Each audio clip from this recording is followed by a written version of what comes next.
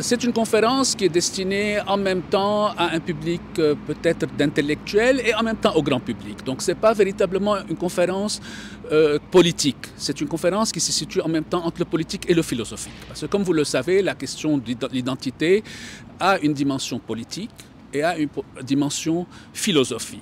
De ce point de vue-là, le Père Hbeya, je pense qu'il va faire une contribution autour des identités plurielles et la citoyenneté différenciée. Et moi, ma conférence va donner sur le pluralisme libanais et les paramètres d'Hérodote. Donc il est clair qu'au départ, nous venons tous les deux de cette expérience libanaise qui souffre d'avoir en même temps un surplus d'identité parce que le Liban est tourné vers l'universel, mais aussi un déficit d'identité nationale parce que les communautés étant tellement fortes et tellement présentes. Donc je pars de l'exemple libanais qui bien sûr au départ était notre base de données, mais par la suite, moi je travaille sur les paramètres d'Hérodote. Donc je fais une approche d'anthropologie politique de la question identitaire à travers les écrits d'Hérodote, le père de l'histoire, et la charte de l'UNESCO. Je fais une comparaison entre les deux textes qui ont des similitudes et en même temps des divergences. Donc mon propos, c'est d'introduire une méthodologie qui puisse donner à réfléchir, de lancer des pistes de discussion. Maintenant, il se trouve aussi que comme la question identitaire touche toutes les sociétés avec la mondialisation, et vu l'actualité de ce qui se passe autant en France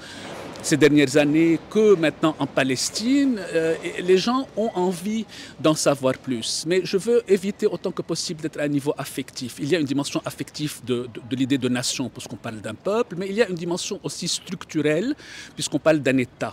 Je veux essayer de concilier. Donc le but de mon travail, moi j'ai passé 30 ans à l'UNESCO, j'ai vécu la guerre du Liban. À partir de là, j'ai essayé de poser un cadre. Ma contribution donc se situe entre le politique et le philosophique. Elle n'est pas exclusivement philosophique. D'autres, beaucoup plus importants que moi, ont écrit à ce sujet.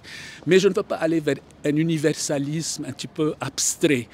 Et en même temps, je veux rester dans le domaine politique, mais sans être prisonnier d'une opinion politique pour prendre parti. Parce que ce n'est pas du tout le but de mon intervention et ce n'est pas le but de mes travaux.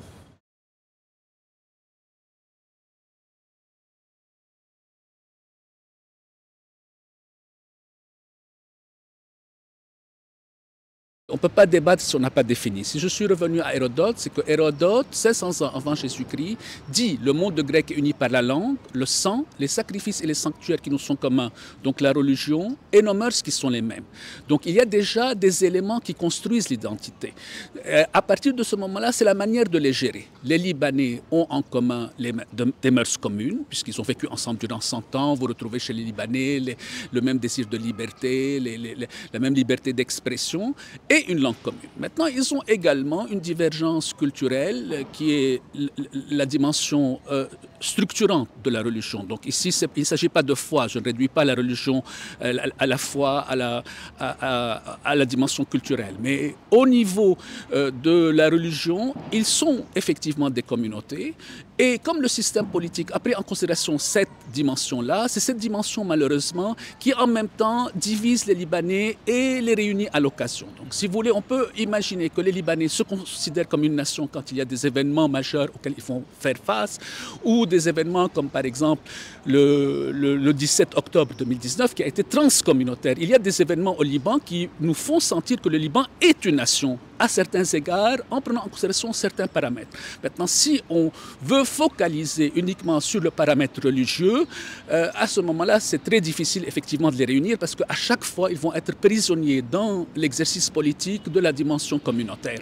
Et donc, comme je vous dis, le lien est quand même entre le culturel et le politique parce que finalement, le système politique traduit l'identité. L'identité, il n'y a pas une identité abstraite, par exemple. Et c'est en cela que le pape Jean-Paul II avait parlé du Liban pays message, mais le pape Benoît a dit que le Liban est en crise de vie à cause de cette très grande diversité. Donc la question de la diversité, elle peut être fructueuse si on idéalise le modèle, mais on ne peut pas vivre uniquement au niveau idéal. Il faut aussi après voir comment il s'incarne dans la réalité politique et dans la réalité quotidienne.